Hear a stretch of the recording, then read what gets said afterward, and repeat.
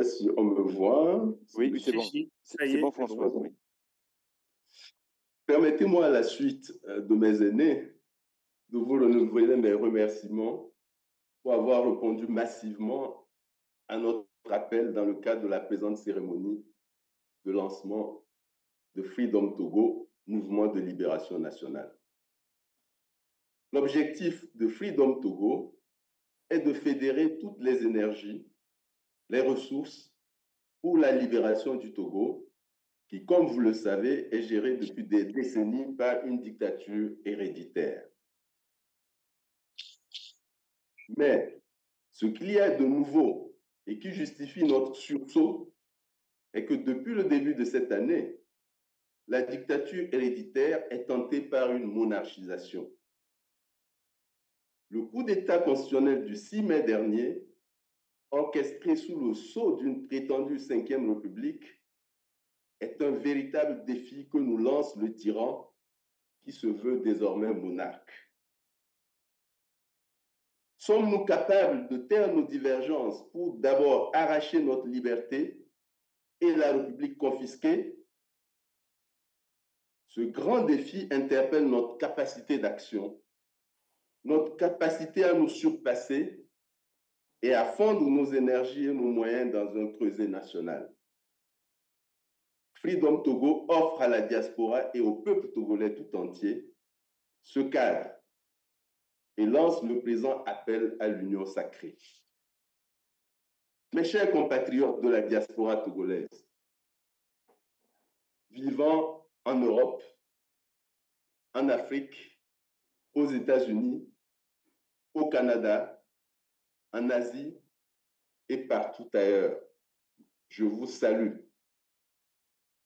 Mes chers compatriotes du Togo, vous qui êtes restés au pays et vivez au quotidien les affres d'une dictature implacable, avec son lot de misère, de persécutions et d'atteintes aux libertés, vous qui êtes contraints aux sacrifices les plus insoutenables pour votre survie, recevez notre encouragement à la résistance citoyenne, à l'abnégation avec l'espoir que nous parviendrons bientôt à libérer notre chère patrie et à la mettre sur l'orbite de la reconstruction et de la prospérité qu'elle mérite.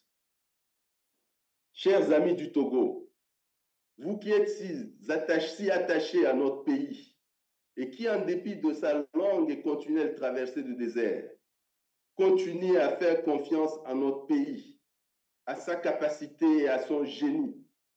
Vous qui savez pertinemment que nulle part au monde, la liberté n'est jamais servie telle une charte octroyée. Vous qui savez mieux que quiconque que la liberté ne se donne jamais, mais qu'elle s'arrache.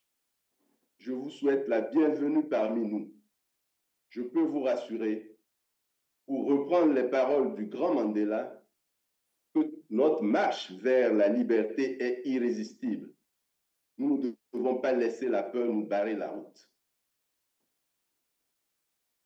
Togolaises, Togolais, ainsi que vous le savez, l'histoire de la terre de nos aïeux, avant la période coloniale, est celle des peuples qui cherchaient la sécurité et la liberté. Sous le joug colonial allemand puis français, cette histoire a été brisée. Les espoirs nés de l'indépendance du 27 avril 1960 nous avaient galvanisés. Nous étions forts, paisibles et joyeux, cultivant vertu et vaillance. Mais ces espoirs ont très peu duré. Ils ont été assassinés, trahis et se sont mués en cauchemars. Les rares lueurs observées au cours de la décennie 90 ont été elles aussi étouffées. Pour autant, le peuple togolais n'a jamais renoncé à sa quête de liberté et de prospérité. Alors que nos cœurs soupirent toujours vers la liberté, aujourd'hui un tyran nous humilie, insulte nos intelligences et nous défie. En 2005, une mascarade électorale dont les images furent la risée du monde entier a été organisée pour l'installer.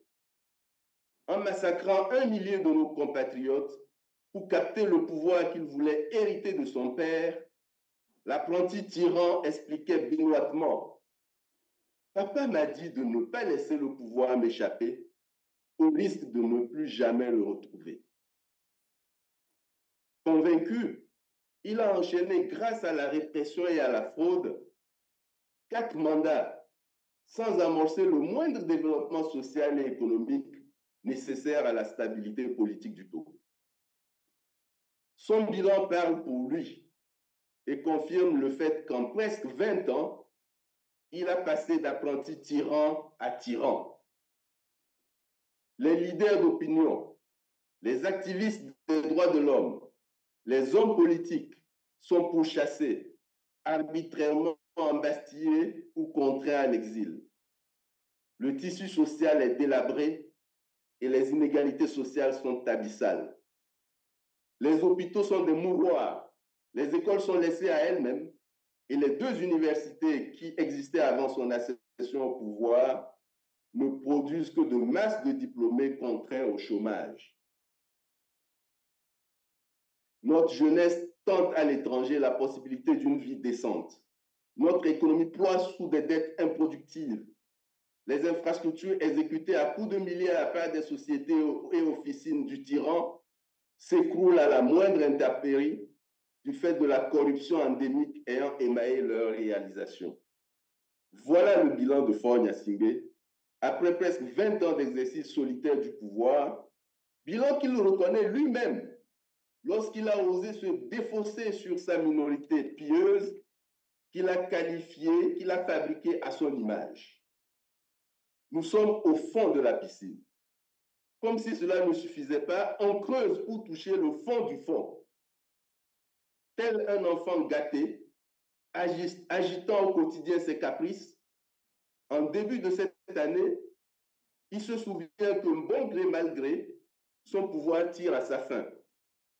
Le coup d'État constitutionnel du 6 mai 2024 lui permet de résoudre cette équation. S'affranchir des urnes pour se maintenir ad vitam aeternam au pouvoir avec le titre de président du Conseil des ministres. Un régime monarchique en surplomb de la souveraineté populaire est désormais en cours d'installation et incarne une dynamique orpheline dans une sous-région en pleine mutation populaire. Les élections présidentielles, qui restaient le seul moment de débat public, ont été supprimées, car trop dangereuses pour la survie du tyran. Le fameux président du Conseil des ministres, qui concentrera l'essentiel du pouvoir d'État, sera désigné par le parti État, tandis que le président de la Ve République, ayant une fonction purement honorifique, sera désigné par des godillots, eux-mêmes nommés par Faure Gnassingbé et siégeant dans les 2 chambres réunies, dont une a été expressément créée à coups de milliards de nos impôts pour la circonstance. Sans se soucier du potentiel conflit d'intérêts et traitant le sort de la nation togolaise comme on traite d'une affaire de famille, le tyran s'apprête à installer une de ses nombreuses compagnes comme présidente de la République. Gageons qu'il informera plus que 2 fois par an la future présidente de la République, comme l'y engage l'article 42 de la Constitution adoptée à la hussarde et nuitamment le 19 avril dernier par une Assemblée nationale dont le mandat avait expiré depuis le 7 janvier 2024. Avec cette Constitution, chers compatriotes, notre pays est une fois de plus la risée de tous les pays où la souveraineté populaire fonctionne. Peuple togolais, voilà comment Faure Gnassingbé nous ridiculise, nous trahit, bafoue notre honneur et fait main basse sur le peu qu'il reste encore de notre République, notre bien commun. Jusqu'où allons-nous le laisser faire? Le temps est enfin venu de nous rendre compte de la dérive monarchique de Faure Gnassingbé. Il est temps de nous rassembler pour achever la lutte. Désormais, la patrie nous appelle à l'union. Patriotes togolais de tous bords, soyons les artisans de notre bonheur. Freedom Togo prend l'engagement de lutter pour mettre fin à la monarchisation en cours de notre pays.